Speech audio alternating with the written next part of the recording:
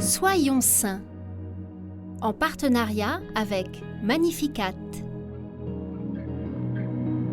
Nous souhaitons une belle fête aux Clotilde et découvrons deux vies réunies dans un même martyr, les bienheureux Antoine Zawitowski et Stanislas Starowiecki. Antoine, né en 1882, est prêtre à Lublin, en Pologne.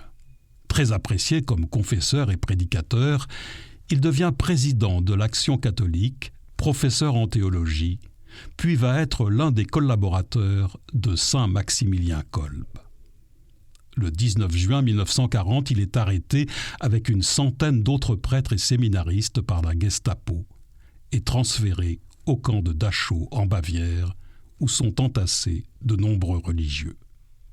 Au cœur de l'enfer, il poursuit son travail apostolique auprès de ses co-détenus, malgré les privations et les mauvais traitements. Plusieurs fois torturé et battu, il meurt d'épuisement le 4 juin 1942. Stanislas est né en 1895 dans une noble famille polonaise.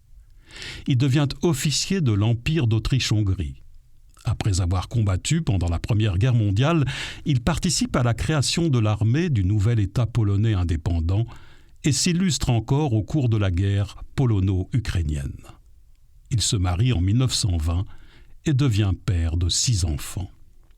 Stanislas est très engagé dans la vie ecclésiale de sa ville et développe un apostolat intense et fécond dans toutes sortes d'œuvres catholiques.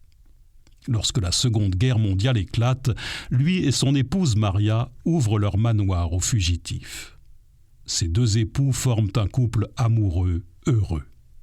Ils vont à la messe chaque jour et élèvent leurs enfants dans une atmosphère mariale basée sur la gentillesse et l'amour du prochain. Il est finalement arrêté en juin 1940 et également déporté à Dachau. Tout comme le père Antoine, il se dévoue auprès de ses camarades détenus. En tant que noble et militant catholique, il est souvent plus durement traité que les autres. Malade et exténué, il est battu à mort dans la nuit de Pâques 1941.